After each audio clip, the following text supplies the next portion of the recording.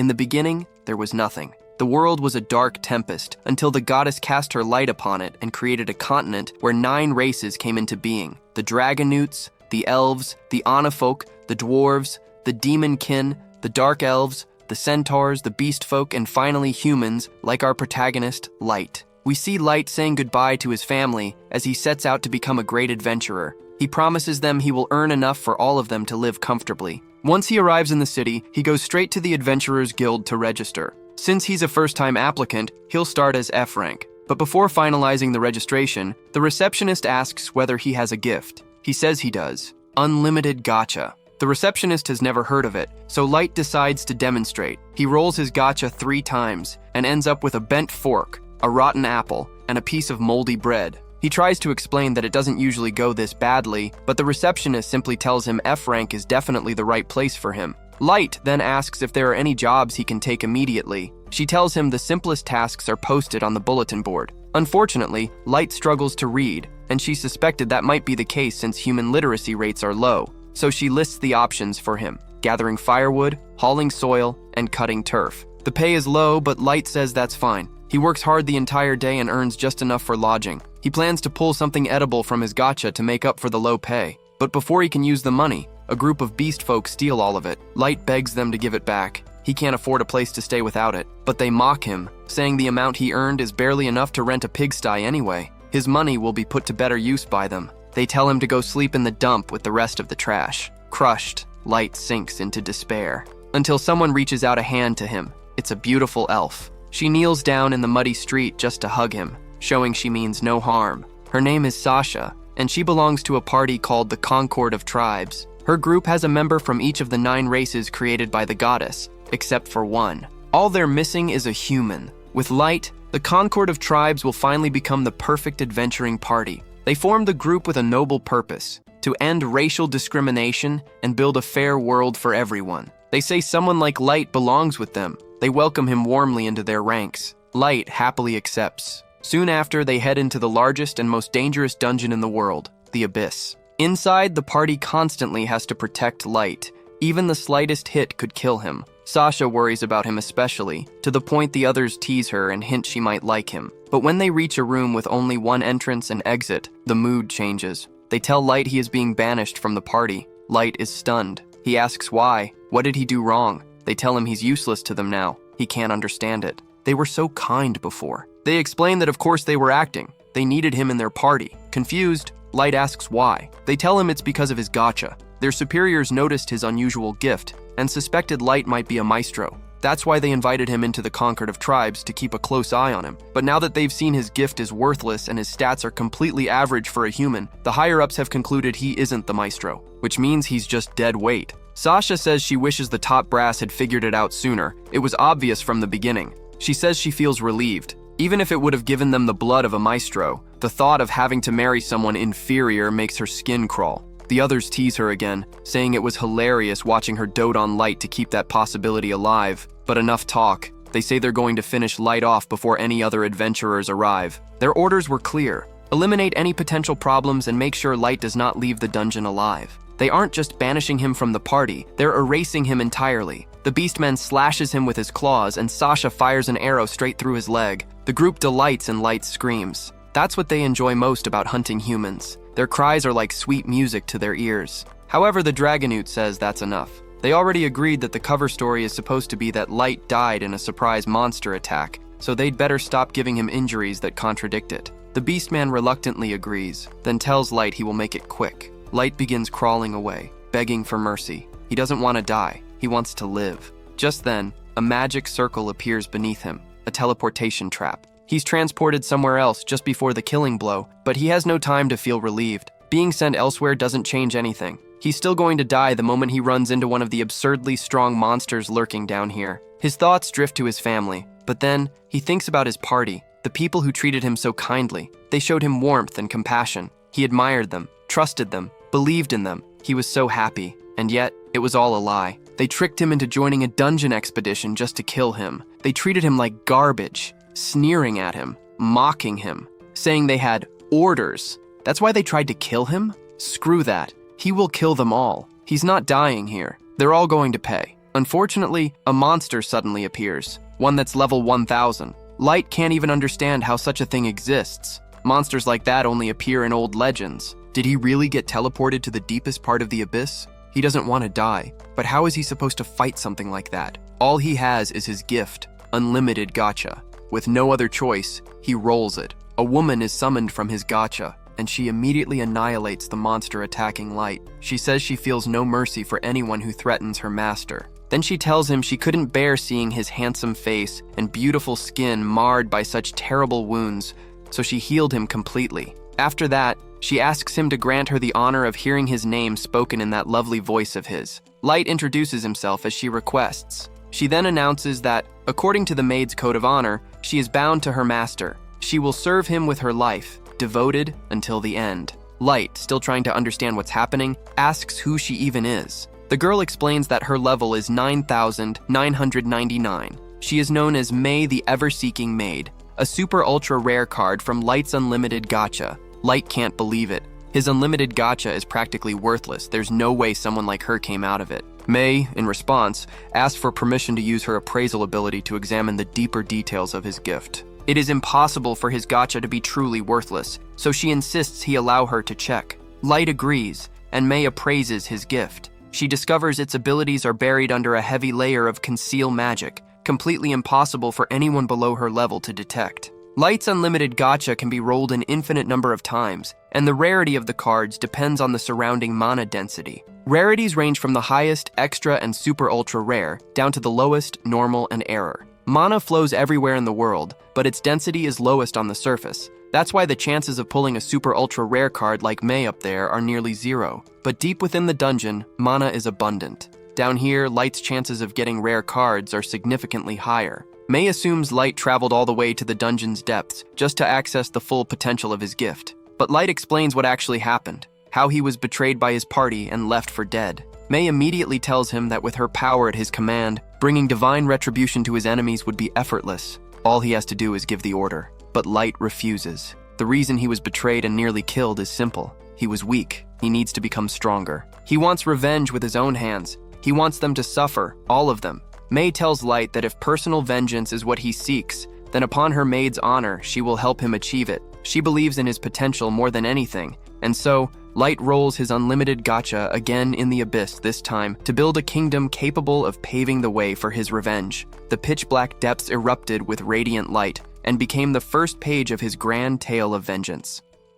3 years have passed since Light was betrayed and cast down into the dungeon. In the deepest part of the abyss, a massive castle now stands as a testament to his survival and growing power. Light walks through the grand hallways of his fortress, accompanied by May. On either side of his path, rows of maids bow respectfully. These are the fairy maids, summoned to serve him. Light praises them for their hard work, thanking them for their dedication. The maids are overwhelmed with joy at receiving a compliment from their master, with some of them whispering excitedly about how cool he is. One maid even quietly admits she has an urge to smell his feet, displaying a level of devotion that borders on obsession. May, ever the protective head maid, asks for permission to silence them for their disrespect, but Light laughs it off, saying their admiration isn't a big deal. They venture out of the castle and into the surrounding underground city, which is bustling with life. Light greets his people warmly, wishing them a good morning. The inhabitants are thrilled to see him, offering him fresh food to try.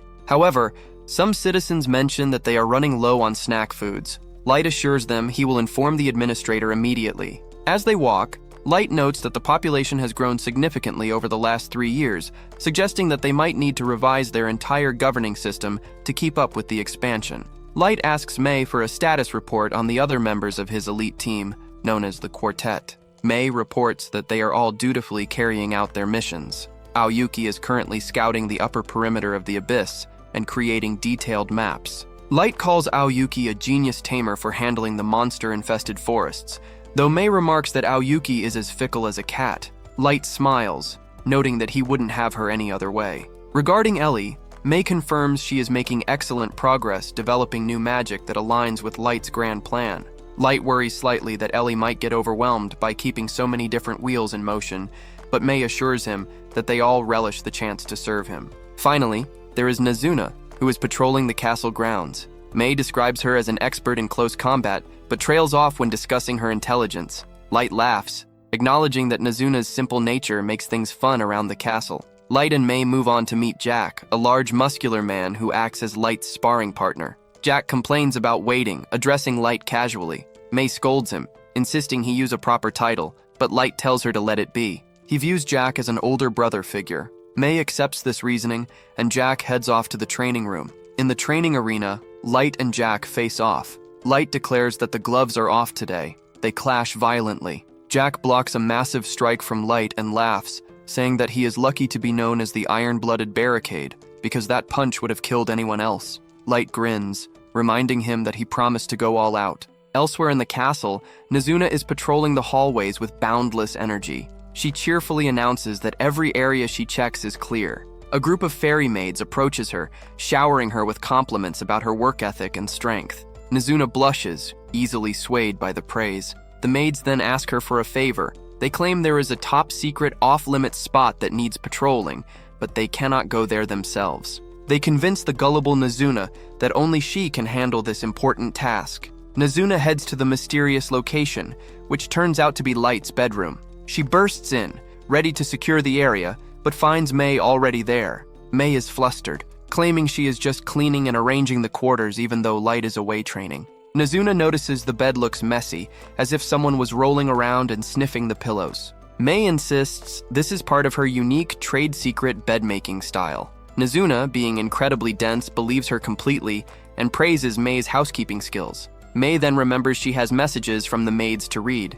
She pulls out several notes that are openly hostile towards her. The notes demand an end to her monopoly on Light's room and call for the removal of the tyrannical head maid. The final note simply says, "Get wrecked," repeatedly. Nazuna is confused by the slang, wondering if it is a medical condition, but May calmly brushes it off. She tells Nazuna she will handle the maid's problems personally. To thank Nazuna for her help, May gives her a tip. Nazuna is thrilled to receive money and immediately runs off to spend it. Nazuna rushes to the store, ignoring the fancy chocolates and pastries. She spends her money on her favorite treat, dorayaki and milk. While eating, she runs into Aoyuki, who has returned from her scouting mission. Aoyuki communicates only in soft meows, which Nazuna cannot understand at all. Nazuna tries to guess what she is saying, asking if the trees were in the way or if she fought a strong monster. She starts to patronize Aoyuki, telling her that even though she was summoned first, Nazuna looks like the older and stronger one. She tells Aoyuki to feel free to depend on her if things get too tough. Aoyuki eventually gets tired of the act and speaks in a clear, flat human voice. She tells Nazuna that she encountered no threats and simply came back to deliver the map to May. Nazuna is annoyed that Aoyuki didn't just say that from the start and calls her a weirdo before continuing her patrol. Later, Nazuna enters the empty throne room. She approaches the throne, wishing Light was there so she could admire him. In her excitement, she leans on the throne and accidentally snaps a wing off one of the angel sculptures decorating it. Panicked, she hastily shoves the broken wing back into place without actually fixing it, hoping no one will notice, and runs away. Light finishes his training with Jack, sweating and exhausted. Jack compliments him on mastering the use of his body as a weapon. He notes that very few people in the Abyss can stand against Light now, which means almost no one on the surface will be a threat. Light remains cautious, vowing not to let his guard down until his revenge is complete. Meanwhile, May has gathered the 4 maids who sent the rude messages. The maids try to play innocent at first, claiming they just wanted to help lighten her load. However, when pressed about the "get wrecked" message, they falter. They try to blame Nazuna, but eventually admit they are jealous of May sniffing the master's bed. May rejects their demands and issues a punishment. She orders them to clean the long hallway leading to the throne room entirely by hand. The maids are horrified by the workload, but May tells them the path of the maid begins with a single step, just like leveling up. She informs them she will be going to the surface for a mission soon, and expects them to work hard while she is gone. Later that day, Nazuna is looking through shop windows in the city when Ellie finds her. Ellie, who is intelligent and arrogant, mocks Nazuna for being a dimwit. Nazuna tries to prove her smarts by reciting multiplication tables, but fails miserably at the basics. Ellie boasts that she recently had tea with Light to discuss their grand plans. She hints that next time she will book a private dinner with nocturnal entertainment. Nazuna throws a tantrum, screaming that it isn't fair and she wants to have tea with Light too. Back in the maid quarters, the 4 punished maids are fuming. They complain about May's unfair management and admit they are consumed by jealousy. They all share fantasies of cleaning Light's room, sniffing his sheets, or licking his used utensils. Fueled by envy, they decide to curse May. They begin chanting the word "die" over and over again. Suddenly, May enters the room. She coolly asks about the smear campaign. The maids panic and try to pledge their loyalty, claiming they look up to her as a mentor. May sees through their lies. She explains that for the 3 months before Aoyuki was summoned, she and Light were alone in a deadly dungeon. Light spent all that time reading books and training martial arts, leaving no time for the vulgar fantasies the maids are imagining. May decides she was too lenient before. Since they clearly have enough energy to curse her, she assigns them to clean the massive throne room by hand as well. As the maids scrub the throne room, they accidentally knock the angel wing that Nazuna broke earlier. It falls off easily, and the maids panic, thinking they broke it themselves. Meanwhile, Nazuna goes to sleep, disappointed she didn't see Light that day. The next morning, Light gathers his core team: Ellie, Aoyuki, and Nazuna. Ellie and Nazuna are bickering as usual about who is smarter. Light turns his attention to Aoyuki and starts petting her head. Aoyuki rubs against him like a real cat. Ellie gets jealous and demands Light stop, asking him to join her in her bedroom instead. Suddenly, a hellhound appears in their section of the dungeon. It is the same type of monster that nearly killed Light 3 years ago. Light freezes for a second, his body remembering the trauma. Seeing their master's distress, the 3 girls fly into a rage. They release their terrifying level 999 auras, declaring that the mere existence of the beast is a sin. They prepare to obliterate the creature with enough power to destroy the surroundings. Light quickly snaps out of it and orders them to stop, assuring them he is fine now. He notes that if he hadn't stopped them, they would have wiped out the entire species. Light then explains the reason for the meeting. He has received word from May. The plan is officially in motion because their prey has finally taken the bait. The girls are excited, with Ellie expressing some annoyance that May got to do the setup. Light tells them he is counting on them. After 3 years of preparation, it is finally time to serve his first dish of revenge. The hunt for vengeance begins in the heart of the beast folk territory, where the wolfman Garou walks through the streets like a king. The atmosphere is thick with the scent of adoration as the local beast folk crowd around him, shouting his praises and offering him their respect. Garou soaks in the attention with an arrogant grin, thinking to himself that he is truly a megastar and that these lower-born individuals should keep singing his praises. Inside a local tavern, the celebration continues as Garou drinks heavily with his loyal subordinates. Garou tells his men to eat and drink whatever they want, because he has more than enough money to cover the cost. His followers look at him with awe, calling him an idol and noting how inspiring his rise to power has been. They discuss his instinctual perception, a natural gift that all beast folk possess but one that is significantly more powerful in Garou. He explains that his success comes from his nose. He can smell the quality of a job and only accepts the ones that offer the best rewards. As he drinks, Garou's mind drifts back to a secret operation from 3 years ago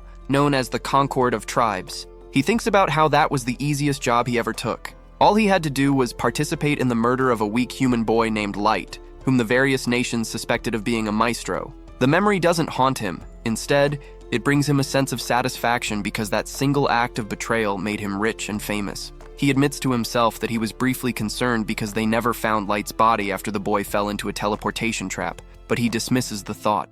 He is certain no human could survive the depths of the abyss. He decides not to think too much about the mysterious maestro title, sensing that digging into government secrets is a dangerous game. The rowdy atmosphere is interrupted by the arrival of a beautiful human woman named May. She enters the tavern and politely asks for Garou. His men are immediately aggressive, questioning why a human thinks she has the right to speak to their boss, but Garou tells them to relax. May introduces herself as a loyal maid serving a man she calls Master Light. She explains that she has been searching the world for her master and mentions that he is of noble descent. Internalizing this, Garou is skeptical. He knows Light never mentioned being a noble, and he assumes the various nations would have uncovered that detail during their background checks. However, the greed in his heart takes over as he thinks about the potential for a massive payout. Mai explains that she recently learned Light had joined an adventuring party and perished in the abyss. She begs Garou to escort her to the exact spot where Light was last seen so she can see it for herself.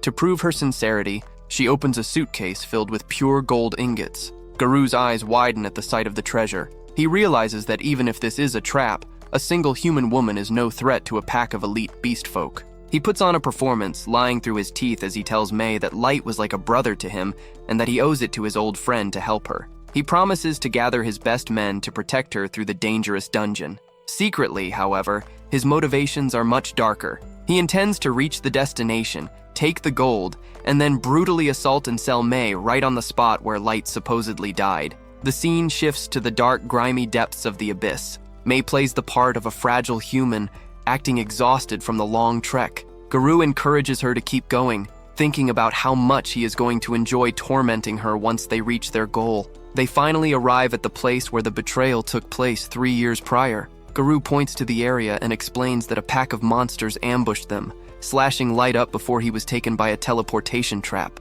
He pretends to be a grieving friend, claiming that despite his great strength, he failed to keep Light safe. Mei looks at the grimy surroundings and expresses how much her heart bleeds for her master. Her tone shifts as she describes the specific details of Light's suffering, how he was betrayed by vile scum, beaten, kicked, and shot with arrows. Garou jumps back in sudden alarm. He is unsettled because the specific details she mentioned, the kicking and the arrows, were never made public. Only the members of the Concordative tribes and a few high-level government officials know exactly how Light was tortured before he fell. He demands to know who Mei really is and who she works for, suspecting she might be a spy from a rival tribe. Mei calmly rejects the idea of being a spy, stating her heart belongs only to Light. She tells Garou that if he insists on insulting her honor as a maid, she will have to remove his internal organs. Terrified by an aura he cannot explain, Garou finds himself shaking. He can't understand why a human girl is making his instincts scream that he is about to die.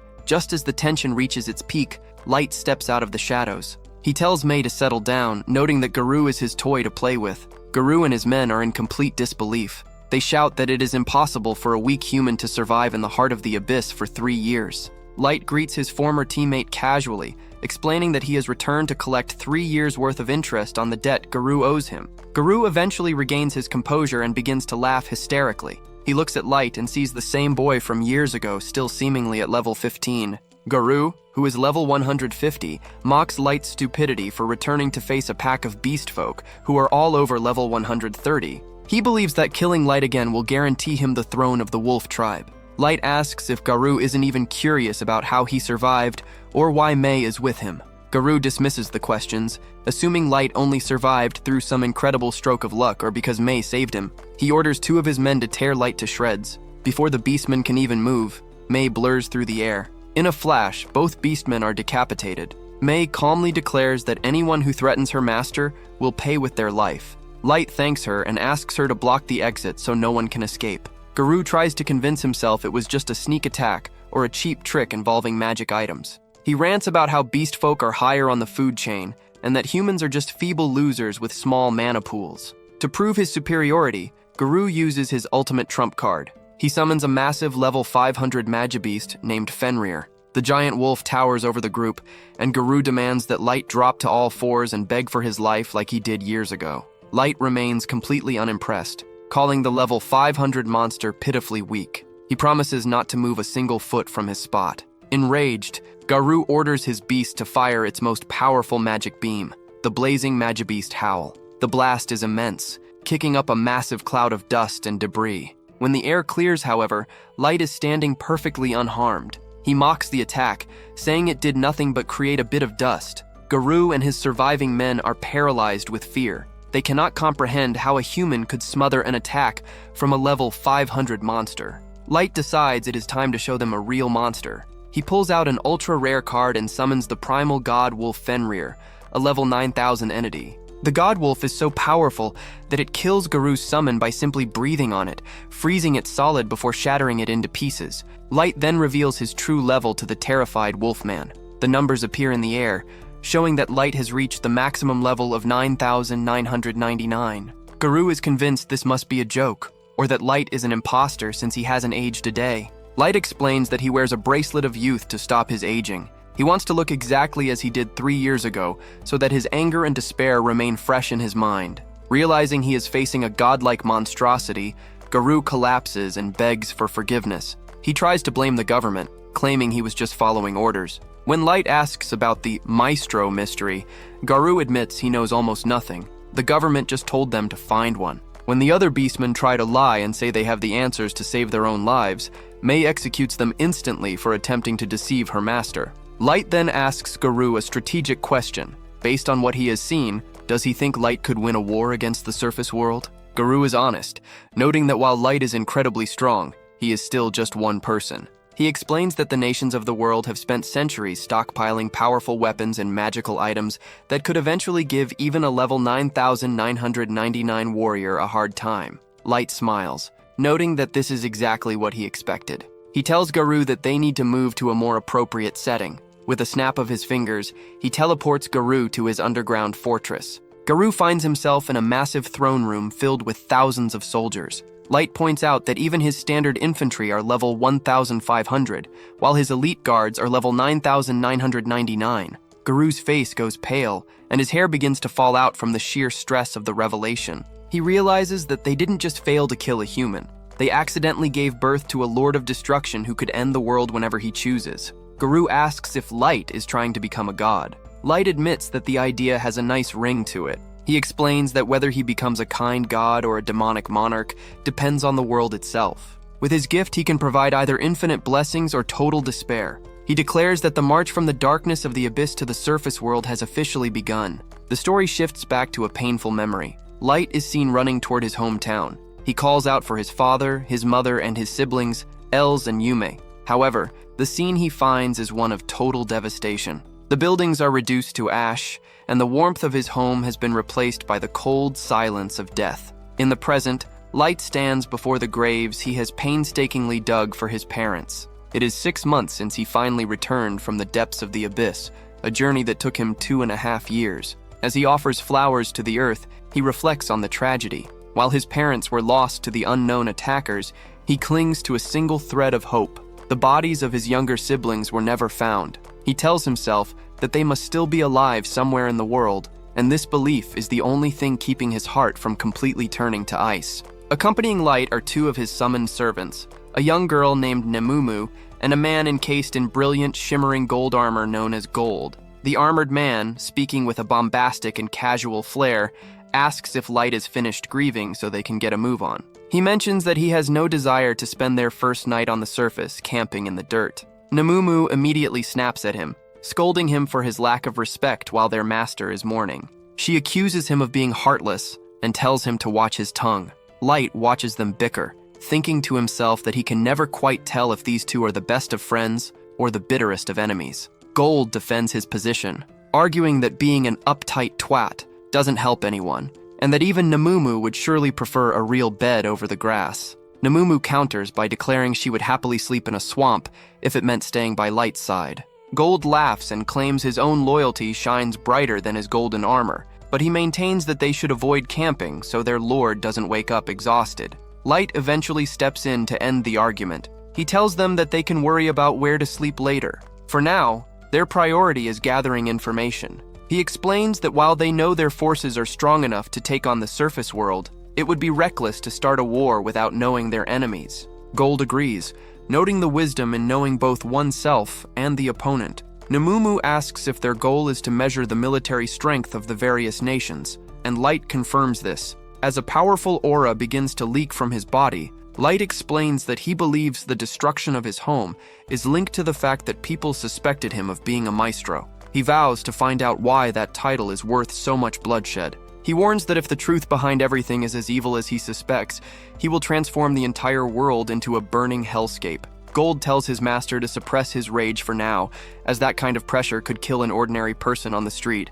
Light apologizes and puts on a magical item called the Fool's Mask, promising his parents one last time that he will never forget them. The trio travels toward the city of Dagas. While they move, Nemumu asks about their first move once they arrive, but Gold quickly reminds her to be careful with how she addresses their master. Light explains that while they are on the surface, he will go by the name Dark to ensure the conquered of tribes does not realize he is still alive. His plan is to register as an adventurer and raise his rank through quests, which will give him access to high-level information that only elite adventurers can see. As they approach the city, they witness a group of 3 dwarves harassing a human man and his young son. The dwarves demand everything the humans have, threatening the boy's life. When the attackers notice Gold's shining armor, they mock him, calling him Sparklebutt and demanding he show himself. Gold laughs at the insult, proudly stating that he wouldn't be the Auric Knight without a little sparkle. Light gives the order, and Namumu and Gold move with blinding speed to neutralize and tie up the dwarves. The rescued father, a man named Colonel, is overwhelmed with gratitude. He offers the group a ride in his carriage, marveling at the fact that humans could defeat dwarves so easily. Colonel explains that Dagas is a prosperous border city in the Dwarf Kingdom, sitting right between the human and elven territories. Because of the high-quality dungeon nearby, the city attracts many adventurers despite its rural location. He mentions that he runs a hotel specifically for humans, which is a rare comfort in these lands. Upon entering the city, the trio is struck by the amount of blacksmith shops and equipment stores, a result of the dwarves' specialty in craftsmanship. When they reach the Adventurers Guild, the atmosphere turns cold. The other races present look down on the humans. Light notices the clear racial discrimination, realizing that humans are treated poorly even in this prosperous city. Inside, Namumu gets into a heated argument with a female dwarf receptionist. She is outraged that Light is being assigned F rank, the lowest possible status. She shouts that Light is a master beyond any A rank or S rank,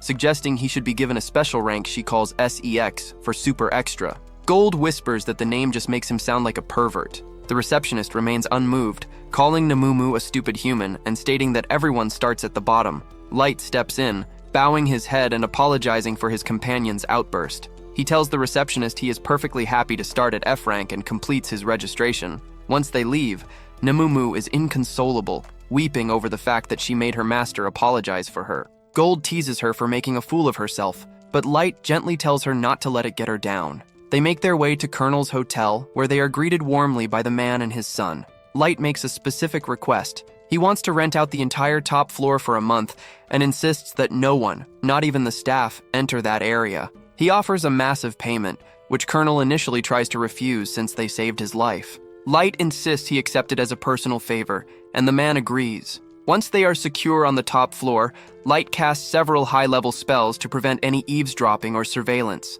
With the room secured, Namumu expresses her concern. She tells Light that despite his overwhelming power, there is always a risk he could get hurt on the surface. She suggests that he could have stayed safely in the abyss and sent them to handle the revenge for him. Light's expression darkens, and a terrifying aura fills the room. He asks Namumu if she is trying to cut him out of his own revenge plan. Terrified by his cold fury, Namumu drops to the floor, begging for his forgiveness and admitting she was out of line. Gold supports Light, stating that a real man has to see his vengeance through with his own two hands rather than using middlemen. Light eventually calms down and apologizes, admitting his emotions got the better of him. To show her absolute devotion, Namumu performs a ritualistic gesture by kissing Light's foot. Light finds the act incredibly embarrassing and reflects on how some leaders demand such things, but he is not a fan of it. Gold cannot help but mock the scene, calling it kinky and accusing Namumu of being a nympho. This sparks another screaming match between the two servants as they head back out toward the dungeon. At the dungeon entrance, the trio encounters a massive line. Light observes that there are no elves present, and he explains to his servants that the Dwarf Kingdom and the Elven Queendom are currently fighting over who owns the dungeon. While they wait, 3 hooded figures cut the line, causing a stir. Light analyzes them, noting that while 2 seem average, the man at the front has a sharp, dangerous presence and carries a heavy weapon. When the line cutters intimidate some young human adventurers, Light decides to intervene. He tells the hooded man that it is poor form to cut the line. The man, a blonde elf named Keto, is insulted that a human would dare speak to him. He threatens the group, but Light remains calm, pointing out that being famous is even more reason to follow social rules. Keto nearly draws his sword in a rage, but his companion, a white-haired dark elf named Yanak, stops him, saying it would be a waste to use his skills on bottom feeders. They move to the back of the line, leaving the crowd of humans to cheer for Light and his group. The young humans who were pushed aside thank Light for standing up for them. Among them is a boy named Gimra and a girl named Mia. They notice Gold's armor and ask if it is real gold. Namumu says it is fake and tacky, while Gold insists it represents his shining example of knighthood. The kids warn Light that the dungeon is expansive and that most people bring camping gear, which the trio lacks. Light realizes that their lack of luggage makes them stand out, as they are used to using magical item boxes for storage. Inside the dungeon, Light is fascinated by the environment. He explains to his servants that dungeons are like their own separate worlds, powered by mana that grows stronger as one goes deeper. On one of the floors, they find themselves in a massive forest that looks exactly like the surface world, complete with its own sky. To save time, Light uses a series of high-rank cards, Clairvoyance, Conceal, and Flight, allowing them to skip past enemies and find the fastest route to the lower floors. Gold finds the efficiency a bit boring, but Light insists on the importance of saving time. Meanwhile, deeper in the forest, Kido is taking out his frustrations on a group of monsters. He screams about his status as the youngest elite warrior of the Elven White Knights and a descendant of a maestro. He is furious that his level has hit a limit at 1500, which he considers insignificant for someone of his legendary bloodline. Yanak encourages his anger, promising that his research will help Kido break past his limits. Secretly, Kido plans to kill the Dark Elf as soon as he is strong enough, trusting no one.